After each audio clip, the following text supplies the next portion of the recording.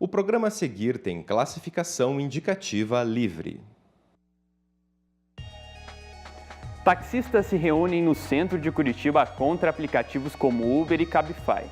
Entenda o porquê da polarização no cenário político do nosso país e o que significa o efeito de eleição permanente.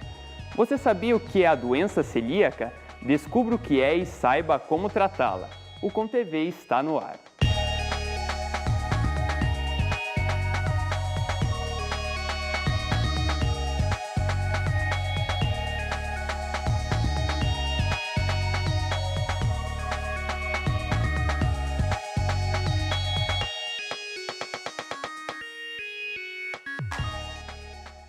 Olá, seja bem-vindo ao ComTV. Esse é o jornal produzido pelos estudantes de Comunicação Social da Universidade Federal do Paraná. Na edição de hoje, vamos ficar por dentro de tudo o que acontece em Curitiba e na nossa universidade. No final de maio, os taxistas de Curitiba se reuniram no centro da cidade para uma manifestação pedindo a fiscalização dos aplicativos Uber e Cabify, em uma disputa que já vem se arrastando há um bom tempo. Confira na reportagem de Elisa Chiarella. Desde que o aplicativo Uber começou a ser utilizado em Curitiba, os taxistas vêm se mobilizando contrários a essa nova forma de transporte.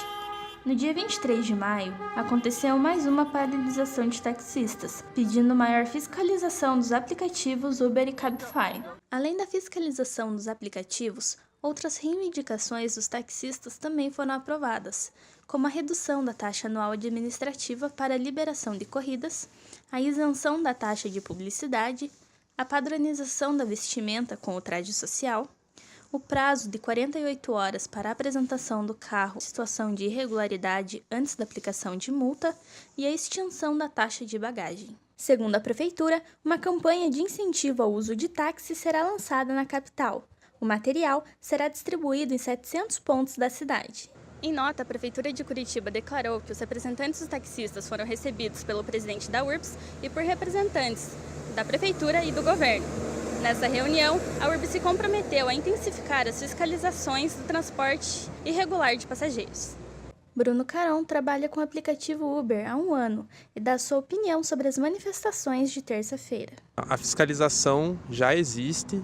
E eu não entendo a perseguição dos taxistas com o Uber, porque essa fiscalização já existe há bastante tempo, mas o que eles pedem é que seja feito 24 horas por dia, o que é inviável.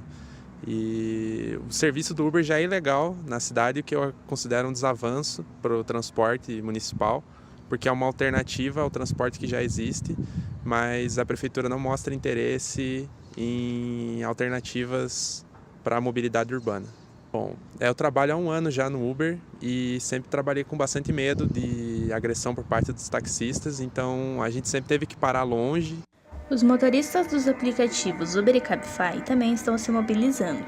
A última manifestação aconteceu no dia 31 de maio, onde mais de 700 carros se concentraram em frente à prefeitura para pedir a regulamentação imediata do aplicativo.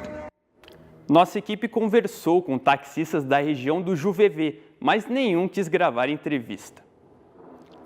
No último dia 10 de maio, milhares de pessoas vieram de vários lugares do Brasil a Curitiba para acompanhar o depoimento do ex-presidente Lula na Operação Lava Jato. Mas por que as pessoas estão saindo às ruas e até mesmo cruzando o país para defender as suas preferências partidárias? O repórter Matheus Nascimento foi às ruas para tentar descobrir. Parece uma partida de futebol, mas é uma manifestação política. E o pessoal veio de longe para acompanhar. O movimento que motivou para vir a São Bernardo do Campo foi o golpe. Eu sou de São Paulo, capital, e eu estou numa ocupação chamada Leila Kalash. Desde 2014, você já viu isso várias vezes. As pessoas saem de casa no fim de semana, ou então vão para longe de onde moram, para manifestar nas ruas as visões políticas que possuem. Algo que não acontecia no Brasil fazia algum tempo. Também precisa levar em consideração o fato de que o próprio cenário político que nós temos hoje acaba encetando, acaba encorajando a ocorrência dessas mobilizações, uma vez que os cidadãos sentem que há algo de diferente na normalidade democrática. Com essa estranheza institucional, cada lado defende o que acha melhor. A continuidade do presidente eleições diretas ou o que é mais comum nas manifestações, um partido político ou outro. Um lado ou outro lado. Falar de política hoje é necessariamente escolher um dos dois, porque o cenário está muito polarizado. Parece até que a gente está numa eleição permanente. Tem análise da ciência política que diz que a gente está mesmo. Esse cenário não é inédito no Brasil. Nos anos 50, o presidente Getúlio Vargas enfrentou um processo de impeachment que surgiu de uma enorme crise, tanto econômica quanto política. Getúlio conseguiu vencer na Câmara dos Deputados da época, mas a sua situação piorou quando foi descoberto que um atentado contra o jornalista Carlos Lacerda, seu principal opositor, foi ordenado por um de seus ajudantes mais próximos, Gregório Fortunato. Para escapar de uma crise ainda maior, Getúlio acabou tirando a própria vida.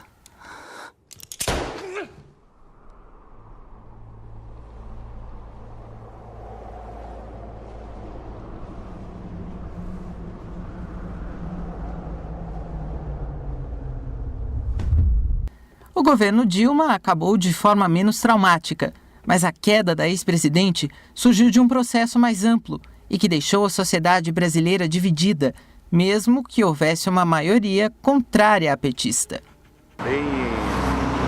A crise econômica que pegou mesmo o Brasil a partir de 2014, ele deteriorou a popularidade da Dilma, abriu espaço para ser contestado. No fim das contas, polarizações à parte, tem alguém que lucra independente da manifestação e que acha que quanto mais gente for para as ruas, melhor. Pensando do ponto de vista das cocadas da sua venda, você está gostando da manifestação? Olha, estou adorando. Adorando, né? É bom, sempre tem que ter isso aí, senão... Está lucrando bastante hoje? Olha, até não dá para reclamar não, viu? Por enquanto está bom. Presente em grande parte dos alimentos, o glúten é uma substância que pode causar danos para a saúde de quem possui a doença celíaca. Conheça mais sobre o problema e as formas de tratamento na reportagem de Caroline Moma. A doença celíaca é uma doença autoimune em que o intestino não absorve o glúten. Mayara Ávila fez muitos tratamentos para o estômago e demorou para descobrir que o problema estava no intestino. Com 15 anos, ela foi diagnosticada celíaca, ou seja, ela é alérgica ao glúten. Foi quando eu passei o ano inteiro indo para o hospital e fazendo exames mais aprofundados eu descobri que eu não tinha intolerância ao glúten, eu era alérgica ao glúten. O glúten é uma proteína de cereais, geralmente encontrada no trigo, centeio e cevada. Para os celíacos, a ingestão desses alimentos pode causar diversos sintomas, como inchaço no abdômen, vômitos, dores abdominais, diarreia, irritação na pele, fadiga, perda de peso inesperada e outros. Esses pacientes não podem ingerir porque isso é tóxico e isso vai gerar ali uma questão de rompimento, vai afetar diretamente nessas velocidades, então ele não pode. O que esse paciente pode fazer?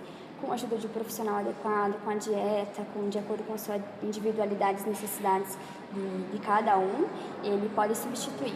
A doença celíaca tem como único tratamento a dieta livre de glúten. Os celíacos devem tomar muito cuidado ao consumir alimentos de origem desconhecida, pois mesmo através do contato indireto, o glúten pode contaminar outros alimentos. É a chamada contaminação cruzada.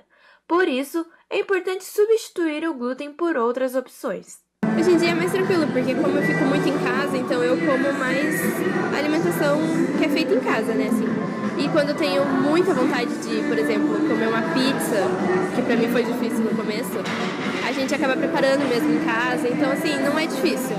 Você tem que ter vontade de ir atrás e fazer aquilo que você está com mais vontade. É comum que a doença celíaca apareça em crianças de 1 a 3 anos de idade, mas pode se manifestar em qualquer faixa etária. Ao identificar os sintomas, é preciso buscar o acompanhamento de um médico, gastrologista ou nutricionista. O diagnóstico é feito através do exame de endoscopia. O ComTV fica por aqui. Você pode conferir todas as reportagens feitas por estudantes da UFPR na rádio e no Jornal Comunicação, na nossa página no Facebook. Até mais!